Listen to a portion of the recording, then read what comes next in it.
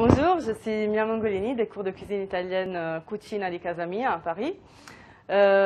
Aujourd'hui, on va préparer ensemble une panna cotta, donc un des desserts les plus connus de la cuisine italienne.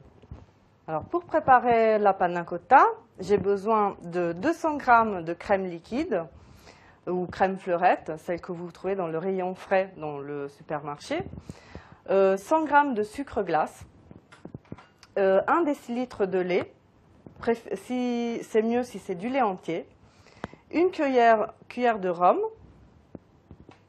et 2 feuilles de gélatine, donc qui correspondent à 4 grammes. Alors, la panna cotta, elle s'accompagne souvent d'une sauce. Donc, cette sauce peut être un coulis de fruits, des fruits de saison naturellement. Donc, aujourd'hui, par exemple, on a des groseilles, mais vous pouvez utiliser du kiwi, de la mangue, des fraises, des framboises, tous les fruits qui vous plaisent. Sinon, ça peut être une sauce au chocolat ou du caramel. Pour préparer la panna cotta, on a besoin d'une petite casserole pour mettre à cuire le lait et le sucre, des petits pots naturellement pour mettre notre panna cotta au réfrigérateur, un fouet. Alors, une fois que j'ai mis ma gélatine à tremper dans l'eau froide naturellement, je vais mettre mon lait à cuire avec le sucre glace. Donc, pour qu'il soit bien chaud, pour que la gélatine elle puisse fondre dedans avant de la mélanger avec la crème. On va mettre donc le lait avec le sucre sur le feu jusqu'à quand le sucre il soit bien fondu et le lait bien chaud pour que la gélatine elle puisse fondre parfaitement avec le lait.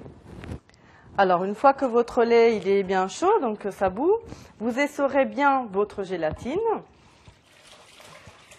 et vous la mettez à ce moment-là dans le lait en fouettant bien pour qu'elle fonde parfaitement.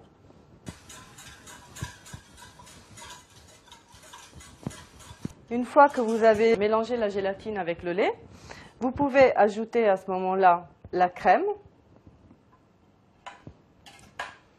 Et on ajoute aussi une cuillère de rhum. On mélange bien. Et après, on peut mettre directement dans les pots. Vous pouvez utiliser pour mettre votre crème dans les pots, soit un entonnoir à piston comme celui que j'utilise, sinon une petite louche. Quand votre panna cotta est prête, donc vous la mettez dans les petits pots, vous filmez bien pour que ça ne prenne pas les odeurs du frigo et vous mettez au frigo à prendre pendant au minimum 6 heures. Une fois que votre panna cotta aura bien pris au frigo, vous pouvez rajouter le coulis qu'on a préparé dans la recette du coulis de fruits.